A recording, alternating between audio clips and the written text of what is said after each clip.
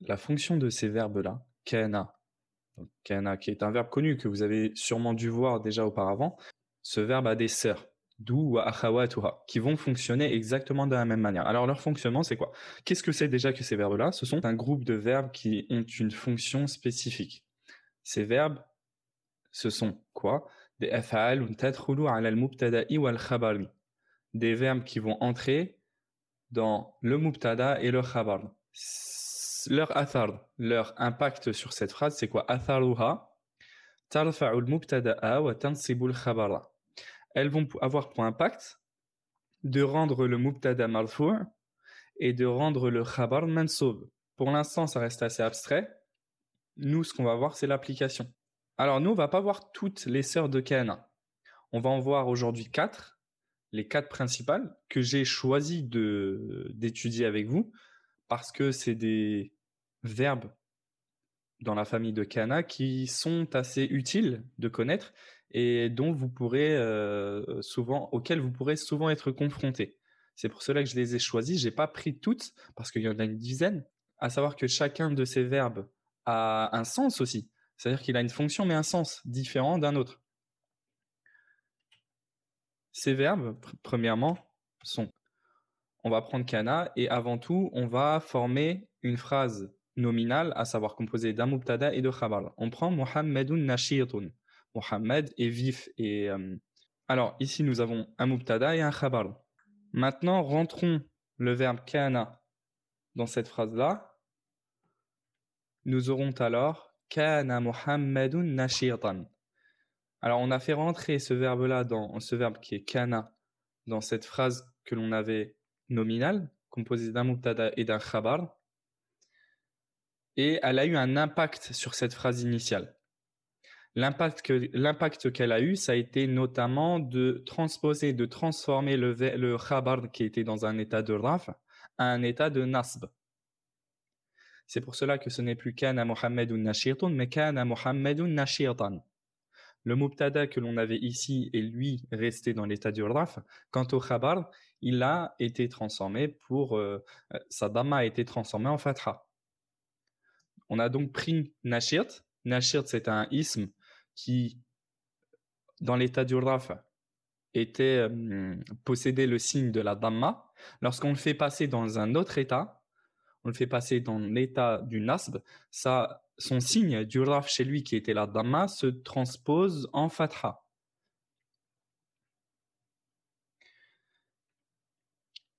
Il y a une autre petite modification qui va s'opérer, c'est notamment dans l'analyse grammaticale de la phrase.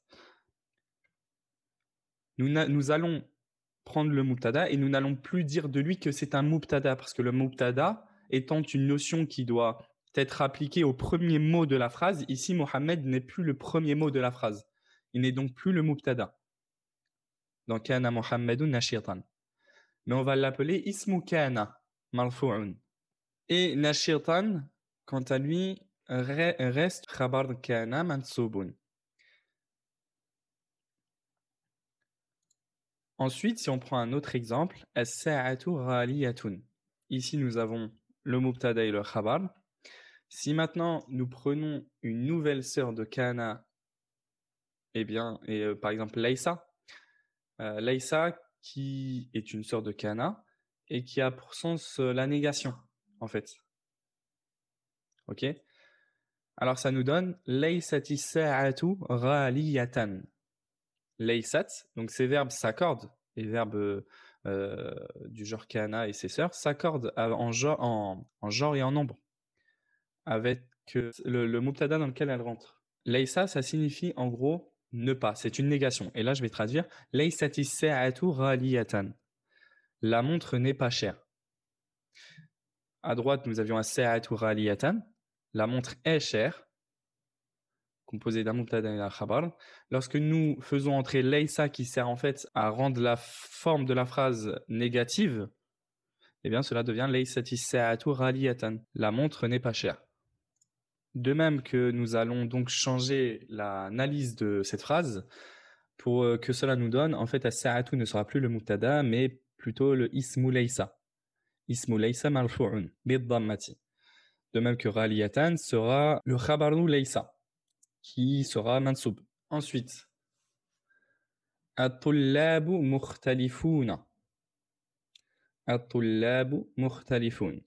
Les étudiants mukhtalifun, c'est-à-dire qu'ils sont mélangés. Après, bon, on n'a pas précisé en quoi ils sont mélangés, mais ils sont mélangés, ils sont différents. Ici, nous avons le mubtada et le khabar. Le mubtada qui est ici marfoun bid-damma, at-tullabu, qui est le pluriel de talib, un des pluriels de talib, parce que pour répondre à la question en public, même si je l'ai déjà évoqué, mais je ne cesse d'être interrogé souvent à ce propos, parce que peut-être que certains d'entre vous ont loupé cette faïda-là, un mot peut avoir plusieurs pluriels. En arabe, un mot peut avoir plusieurs pluriels, et un pluriel régulier comme un pluriel irrégulier. À savoir le mot talib a un pluriel irrégulier qui est tullab et un pluriel régulier qui est taliboun avec le waw et le nun, que je cite souvent afin que vous compreniez les exemples. En fait, même si taliboun est beaucoup moins répandu et moins utilisé, il en reste quand même un pluriel qui existe du mot talib. Et mukhtalifun, le khabar. Et le khabar ici, qui est marfou' non pas par le nun mais par le waw. C'est pour cela que je l'ai surligné en vert. Nous allons maintenant rentrer une nouvelle sœur de kana qui est mazala. Mazala. Mazala qui veut dire en fait il ne cesse de continuer et il ne cesse d'être ainsi. Mazala tullabu mukhtalifin. Les étudiants ne cessent d'être différents ou de différer entre eux, de diverger entre eux. On voit bien que Mezala va avoir le même impact que Kana et Laïsa juste avant, c'est-à-dire qu'elle va rendre le Mubtada qui était dans la phrase initiale, elle va le laisser dans l'état du raf, Mazalatul labu, tandis qu'elle va rendre le Khabar à l'état du Nasb. Mukhtalifun a changé d'état pour devenir Mukhtalifin. Et ce qui a changé dans Mukhtalifun, c'est le Waw qui est devenu un Ya, tout simplement parce que ça fait partie du pluriel régulier masculin. Et lorsqu'il change d'état, c'est le waw qui se transforme en ya. Alors nous allons avoir aussi ismu mazala et khabaru mazala. Donc le mubtada devient le ismu mazala, c'est une idafa entre les deux. Et le khabar devient le khabar de mazala. Al-thalju ma'un. La neige est de l'eau. Nous avons donc un mubtada et un khabar. Nous allons employer une nouvelle sœur de kana qui va être sarda. Sarda, c'est aussi un verbe qui fait partie des sœurs de kana et qui lui va avoir pour sens de... En fait, sarda veut dire devenir ou changer. Ce qui nous donne sarda thalju ma'an. La neige est devenue de l'eau. Sarda a donc eu le même impact que ses sœurs, à savoir qu'elle a laissé le mubtada qui est devenu son ism dans l'état du raf et changé l'état du khabar. Nous, on va se contenter de voir ces quatre sœurs-là pour aujourd'hui. Le but étant de comprendre surtout l'impact qu'elles ont. Et si vous le refaites avec quelqu'un, ou avec moi-même un jour, Inch'Allah, ce livre-là, ou le nerf de manière un peu plus poussée, vous verrez les autres sœurs de kana wa akhawatuha. Ces verbes, kana, laysa, mazala, sarra, man fakka, wa ma fati'a, wa ma baraha, wa ma dama, wa ma bariha, adha, amsa, etc. Asbaha. Ces verbes-là, nous allons les nommer les af'al nasikhatun. Nasikha, c'est-à-dire les verbes nasikh, ça veut dire abrogé. Vous connaissez les verbes, les ayat mansukha, les versets abrogés. Et en fait, nasakha, ça veut dire effacer, en quelque sorte, ou remplacer. On les a nommés ainsi, af'al ou nasikha, tout simplement parce que, comme vous l'avez vu dans l'exemple, ces verbes-là vont entrer dans les phrases nominales et effacer en fait le mubtada, parce qu'elles vont prendre sa place en fait. Et ce qui faisait du mubtada le mubtada, c'était que c'était le premier nom par lequel on commençait la phrase. Une fois qu'on a fait rentrer ces verbes-là, qui sont les af'al nasikha, dans la phrase, il n'y a plus de mubtada. Mais il y a un ismu kana, ismu laysa, ismu mazala, khabaru laysa, etc. Donc ces verbes-là vont entrer dans la phrase nominale et ne vont pas pour autant faire passer cette phrase nominale en phrase verbale. C'est un petit peu subtil. Et c'est pour ça qu'on va pas trop s'attarder sur l'analyse grammaticale profonde de ces choses-là. Mais ce que vous devez comprendre, c'est que ces verbes-là vont entrer dans les phrases nominales, composées d'un mubtada et d'un khabar. Et lorsqu'elles vont rentrer dans ces phrases-là, elles vont avoir un impact sur le mubtada et le khabar. Vous avez bien vu que, par exemple, alors que ce sont des verbes en fait, et c'est ça qui fait que ce sont des verbes assez particuliers. Autre point qui fait que ces verbes sont particuliers, c'est que Mohammed, kana Mohamedun nashitan, Mohammed est le sujet de kana. Malgré ça, ce n'est pas le fa'il. C'est pour ça qu'en fait la différence elle est subtile.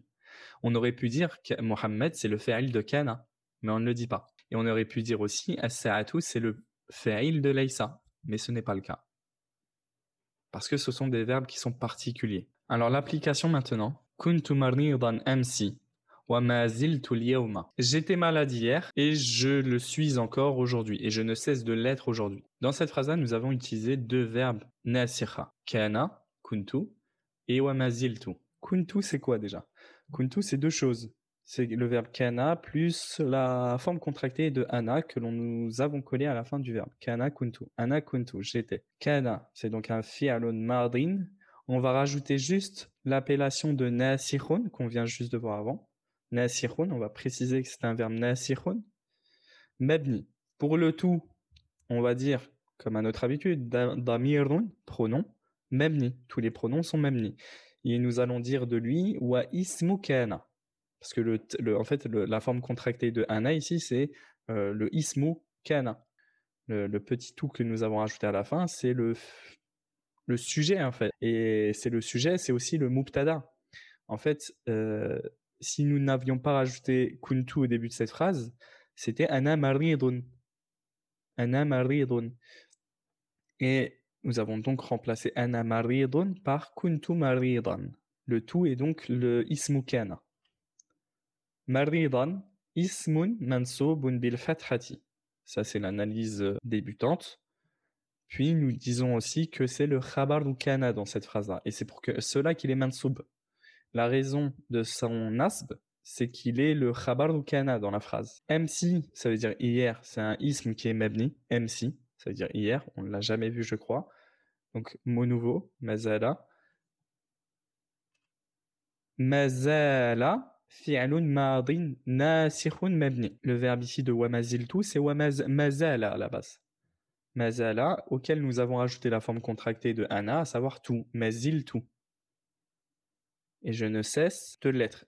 Le tout ici, c'est le damir mabni, qui est le ismu mazala. Où est maintenant le khabaru mazala?